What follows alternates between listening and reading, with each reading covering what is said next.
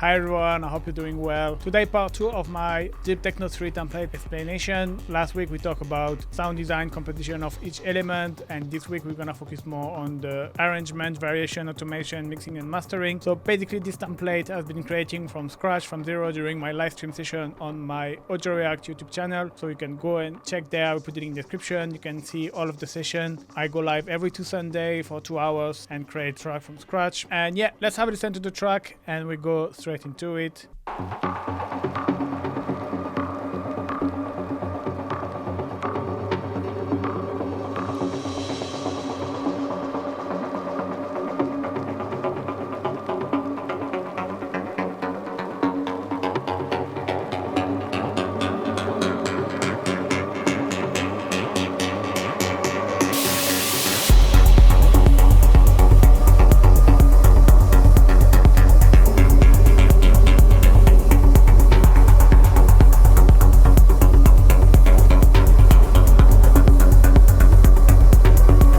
So that gives you an idea of the track, deep, atmospheric. Let's have a look quickly at the overall arrangement before to go into detail. You can see it's pretty linear track. There is no really like chorus, verse, chorus, verse. It's pretty much something straightforward. With this kind of track, I like to have like more like kind of an ambience and texture really evolving along the track, having a lot of movement, and that's what I've done here. So you have the intro, then it goes into more kind of a chorus where you have the main element that you can hear a bit better, which is our lead here, and then it goes in the big break, and then you have again the same kind of pattern. I call chorus 1, chorus 2, but it's really the same type of sound and the same type of ambience. They just evolve differently. Then we go in the bridge where I get rid a little bit of most of the elements just to have a break to don't get too boring, and then I go back again to the previous chorus type of sound, except on here I had percussion and then break and outro. First, the intro starts with the drums and the ambience. It's really what's gonna set the mood of the track. This is something really important, having a nice mood. So you will have some ambience, dark ambience, some noisy crackling texture, playing straight from the beginning. So your noisy texture, crackling, the ambience, and your drums with your low end as well. And then slowly, progressively, we're gonna start to add element, more percussive or synth element. See kind of random ambient stuff appearing here and there. You can hear the lead start to appear as well. This kind of SFX appear here and there as well. Or like this one. Then the perk appear. So progressively we add element and texture. And you can see how the whole ambience is going around the head.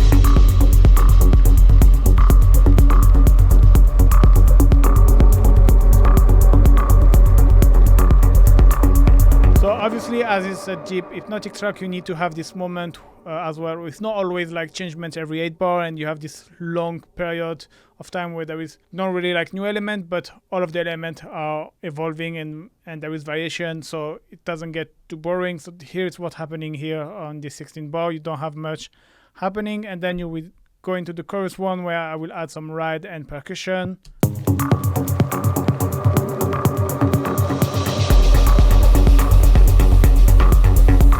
Of having a more driving and energetic moment of the track.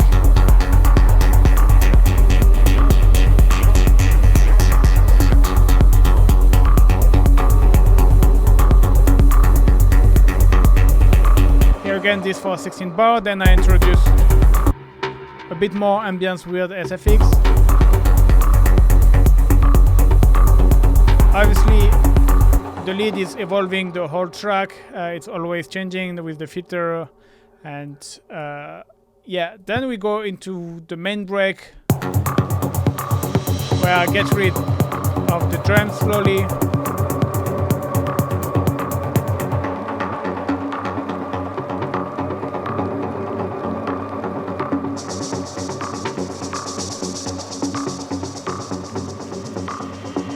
So things get quieter. Here on the mixdown, I have to gain the global volume of the master going down. So we calm things down.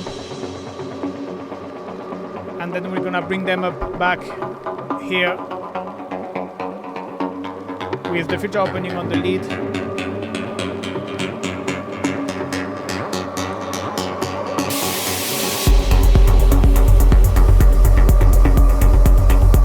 Alright, so here the idea of the arrangement. Obviously you have something very energetic, and it's all about contrast, having moment very energetic, moment very calm. That's what's gonna add dynamic. So the best way to go from something very energetic to something calm is with a break. So that's what I've done. I have this breakdown where I calm things down a little to add contrast. So this way I can go back and having something even more driving and energetic, because I add this second ride, which was not present here on the first chorus. Yeah, it's just to add variation, to don't have something always energetic the whole track, because then it's kind of feel monotonous and it doesn't feel like there is no like tension and release. So here you kind of calm things down, and then you build up with the cutoff more tension, and then you drop with the chorus 2. So here we chorus 2 with the right playing. Here on the lead I start to play with the fold as well to add a bit more variation.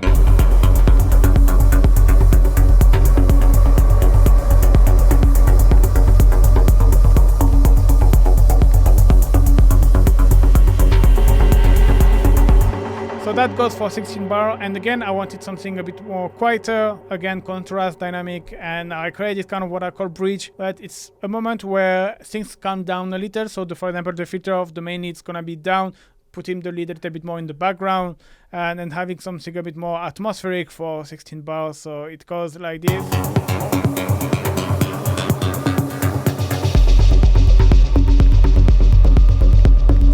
Bit quieter moment of the track.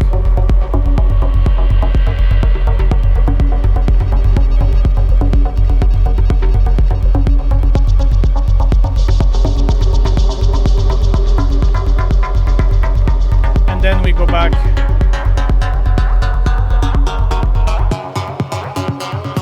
to a more energetic with the chorus 3.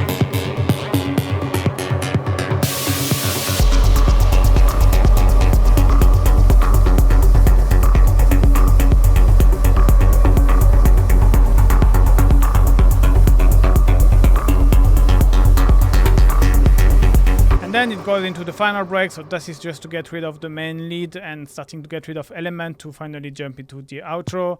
So we get rid of the ride straight away, and then the filter down the lead.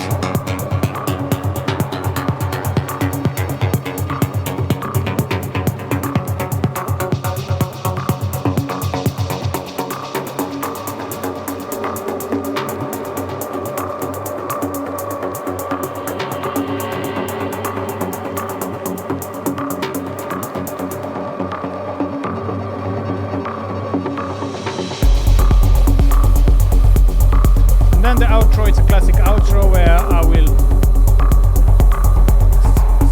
one after the other element get rid of. So here we'll get rid of the ride one, then the key 2 is not anymore playing.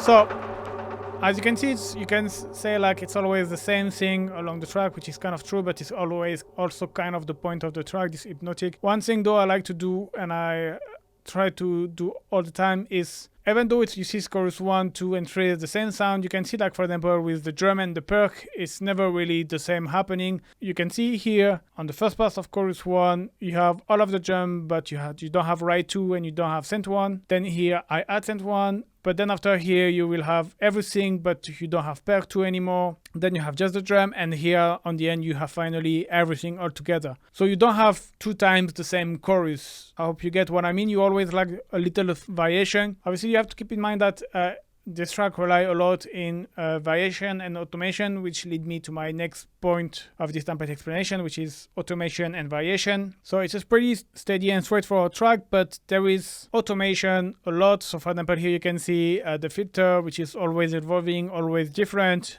I'm playing as well with the fold, which is gonna create this kind of weird effect which change the tone of the track without changing the tone of the track. if I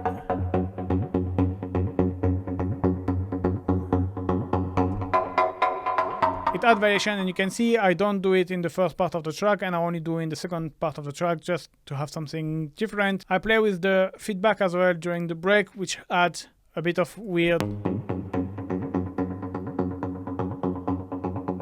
like kind of it kind of help build the tension to play with the feedback. That usually works well with hats as well. You can have a delay on your hats, and if you bring the feedback, like here is kind of infinite feedback, so it's like layer and layer more and more the sound, so it's getting louder and it's build the tension. Then it's just gain and low pass filters. This is more like for mixing purpose, sorry. So in terms of automation, you can see there is here as well the filter on the perk. It's always the same pattern repeating, but it's allowed you to get a more interesting pattern. Here again I have some variation with the cutoff, which sometimes is open, sometimes closed.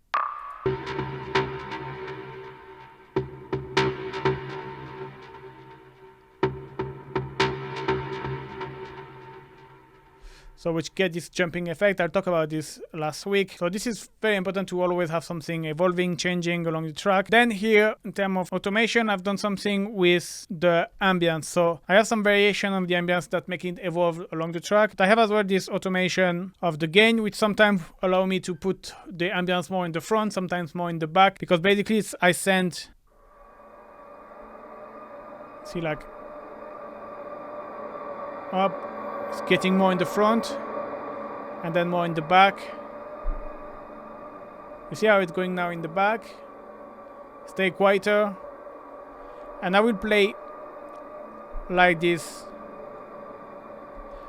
And the reason why I've put it before the reverb is so this way this gain modulation, this volume modulation will be affected by the reverb. For example, you bring the volume up and then it's gonna go into the reverb, but even though you bring now you gain down, you will still have the tail of the reverb which remain the same and going crescendo to 0. If I put the gain after the reverb, basically what's gonna happen, it's gonna affect the tail of your reverb, and you don't want that. You want something more natural, so having your reverb tail fade out naturally and not being automated. So that's why it's before the reverb. SFX as well. So here I've modified, this is a rack I've made which create kind of noisy percussion.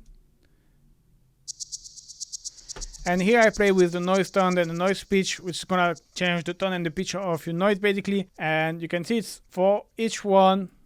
First you have a different pattern, you see here than there, and then I will always change like the frequency to have something different, so it's never really the same noise playing. You see there is always some slight variation, so it's the same sound but always changing. Every hit it's always different than the other. So this is something you can do with automation like this, but it's something you can do with, I will call variation or kind of automated variation. So this is the second type of variation, which basically, for example, here I will use autopan for it, and it's like a LFO which gonna slightly bring your sound to the left and right gradually, and this will make your sound evolve and change along the track. This I really recommend to do it with a lot of things. So you can use autopan, you can use LFO to modulate any type of parameter. So for example, if we go to the amp here, you can see I use the external LFO, which is controlling the high pass filter, so it's gonna make sweeping effect. You have as well the internal LFO of sampler, which is modulating the pitch. And if I remove them, if I remove the volume automation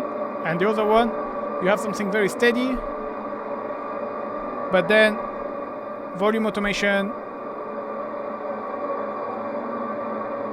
weird pitch modulation, which is going up the pitch, and then a bit, and then the filter.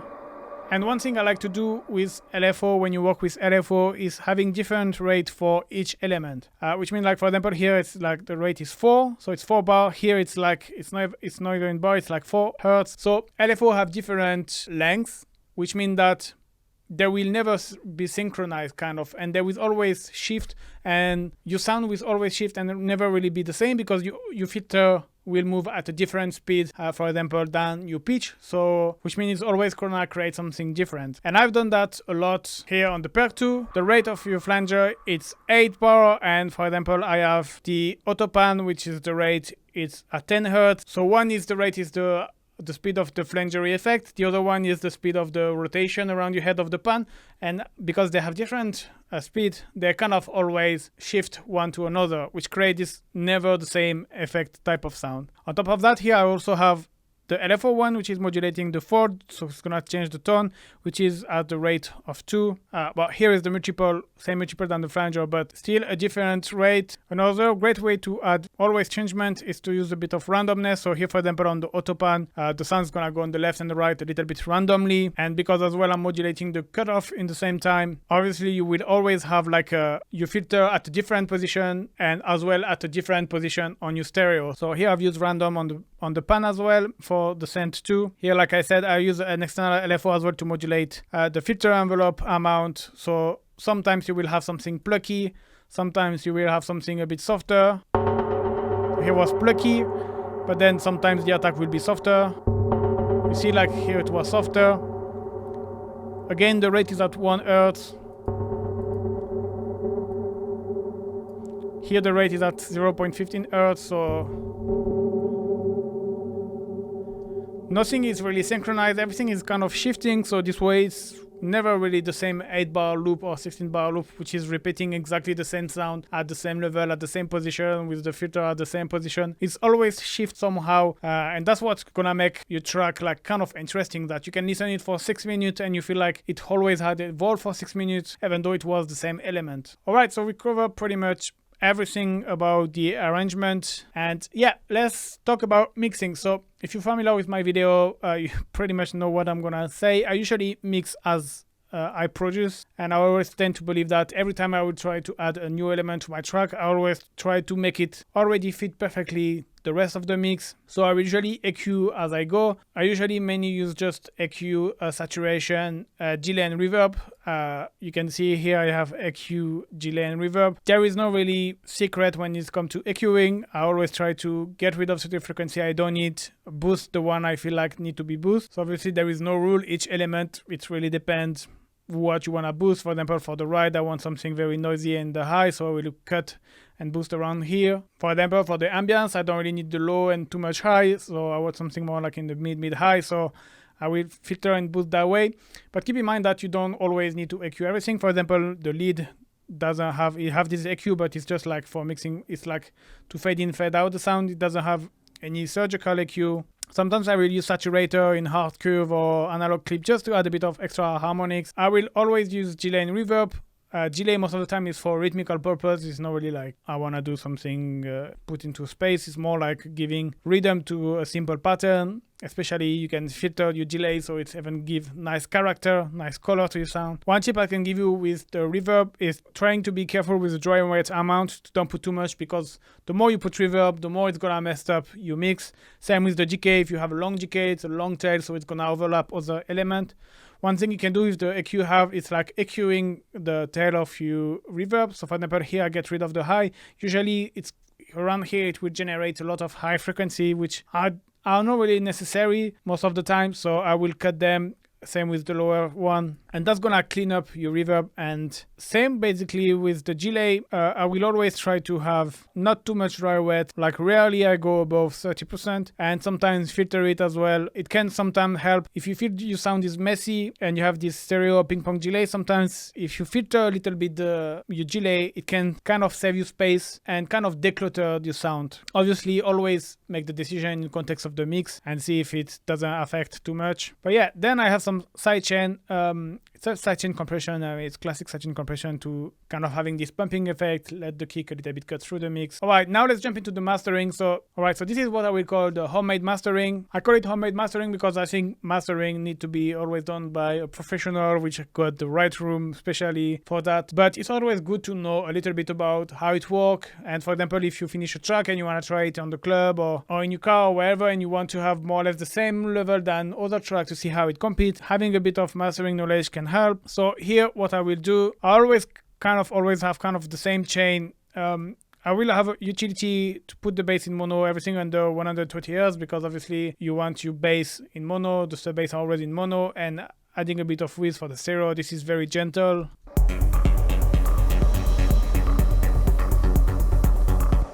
This is just like to kind of safety, make sure it doesn't really affect the sound. Then you have quite a important rebalancing EQ with a different notch for different purpose. First, you will have, make sure everything under 30 Hz, you don't have it, because usually this is kind of rumbling and it's not really nice and it's very messy. So I usually cut. Here I remove around 180 Hz. I usually find there is always a bit of mudginess somewhere, so it really depends from 100 to 250, I would say, or even sometimes until 400. You always have like a range somewhere there where it needs to be cut. So usually you will lose a little bit of body or like glueness, but you will gain clarity. You have to kind of a bit compromise. Then a boost at 1 kilo.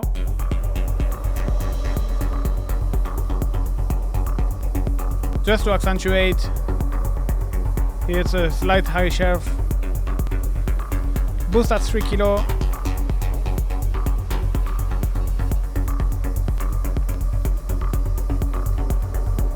And yes, here is the boost at 3 kilo is just for kind of adding a bit of clarity. And I have a boost as well here. I found it, I think it's where the tom is, and it's kind of enhancing a little bit.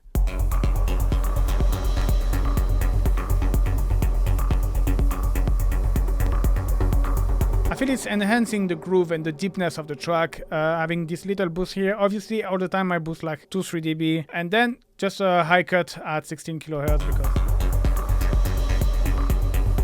don't really need up there.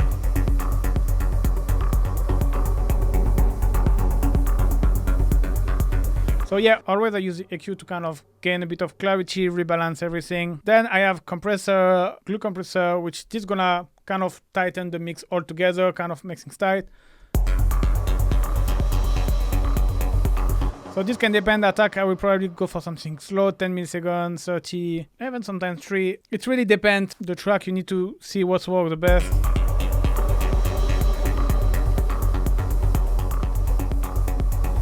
If you want, this is kind of too pumpy, but here it's like still a bit pumping, but not too much. Really, that was left around there. One thing important is you have your EQ that filter your incoming signal that trigger the compressor, because the thing is, what's happening if you don't have the EQ, it's basically the most energetic part of your track, which is the low end, which is the kick, which is gonna trigger your compressor, and that's how it's gonna make react to compressor. And you don't want that. You want more cohesive things, so more like in the mid-high that's gonna compact everything. So if you EQ under 200 Hz, then your kick is not triggering the compressor, and then it's more like the mid-high, and then you have a more cohesive.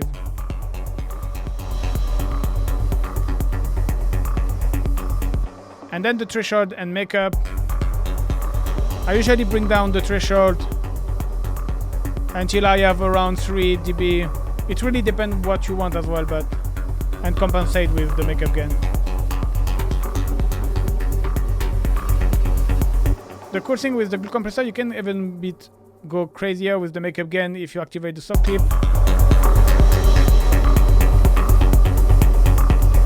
If you really want a loud mix, here I've been a bit more like gentle and I stay around this way. But that's something you can do. Then a bit of saturation. So this very small dry wet and small drive, because obviously it affects the whole mix and I don't want to destroy my low end. So that's just to give this little extra harmonic. Slightly louder.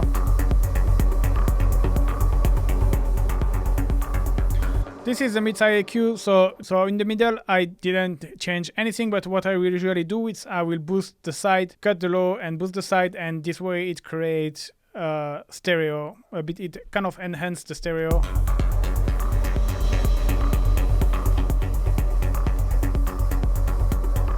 Okay. And then I use the color limiter, same resonance saturator, to kind of have this tape effect, this warm effect. So you can see it's not even, the limiter is not really working. But you have this saturation here.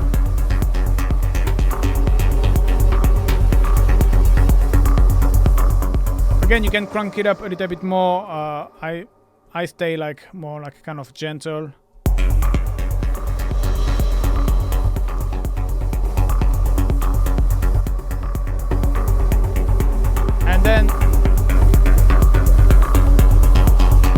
then 2 limiter, I've been a bit savage. Maybe I should have been a bit more gently, but it's just like 2 limiters. So like this, I have one which is cutting the first peak, and then the second one is a bit more gentle than if you had like just one with the boost at 6, which would have been a bit more violent. But yeah, this is just to make things louder.